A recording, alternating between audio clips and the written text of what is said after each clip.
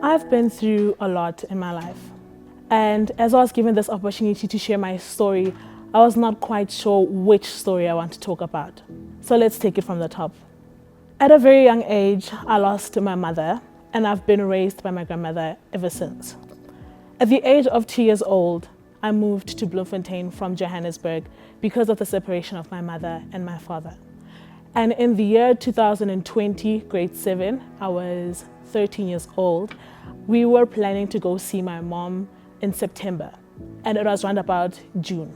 As I was excited to go see my mom for the first time after a very long time, 2 weeks after the planning and the preparation of going to see her, we had figured out that she has passed away. And so by the time I came to Johannesburg to see my mom for the first time after a very long time, the time that I saw her was in a coffin. And so that being said, and separation from my dad, being raised by my siblings in a household with my cousins, my siblings, my grandmother, I had to fit the position of the mother of the family. As I was given this opportunity, I was thinking, which story am I going to talk about? Which traumatic event am I going to talk about? And then I realized that I actually want to talk about the effect of all of these things that took place in my life. What happened was that I had lost myself completely after that. I had so many facades, being the person that everyone needs in their life. If they needed a person to listen, a person to cry on their shoulder, I was that person. If they needed an extrovert to vibe with, I was that person as well. So I had so many versions of myself that I lost all of Rorisang, and I only knew those versions. And I remember this one time in 2021, I was speaking to my younger sibling, Neo. Neo basically came to me and he was like, I wish you knew who you are to us. I wish you knew your importance to us. So mind you, this was very surprising for me because he was 11 years old at the time. I did not really think that he is capable of seeing these things.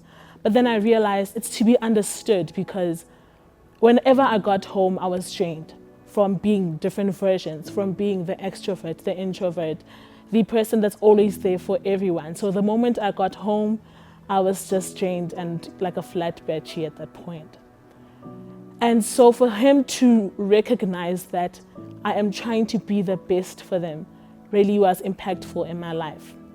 So that, along with the turning point being mad, fills my story of becoming who you are. Taking you guys back to the year 2020, and this is when I applied to Mad Leadership Foundation. At this moment of my life, at the age of 13, grade 7, at this point, I was in the version of my worth being my education. So at this point, if I got a 45%, I was a 45%. If I got a 30%, I was a 30%. My results were my worth. And when I was applying to MAD, I realized that yes, your marks and your achievements in school and education is important, but the reason why the applications were so long was actually because of how they were trying to figure out who you are. One question that they asked you is, who are you? Not your name, not your surname, but who are you? They asked questions from what do you stand for? What is your mottos in life? What is your favorite animal and why? These questions were so many thought-provoking questions that had me thinking, do I even know who I am as Rorisang? And so this is the point where the turning point took place. And this is when I did much self-evaluation and trying to figure out who is Rorisang. And at this point, I realized that all these versions, they were not versions, but they were pieces of me that I already was, but I was not congruent with everything. I realized that all those versions are Rorisang, and I just need to acknowledge that. Acknowledging who you are comes with a lot of beneficial mindsets in life. So acknowledging who you are allows you to go through so many obstacles and so many challenges, but still remaining who you are, because that is who you are. And so I realized that the reason why there were so many versions, the reason why there were so many Rorisangs, is because I was afraid of showing my vulnerability.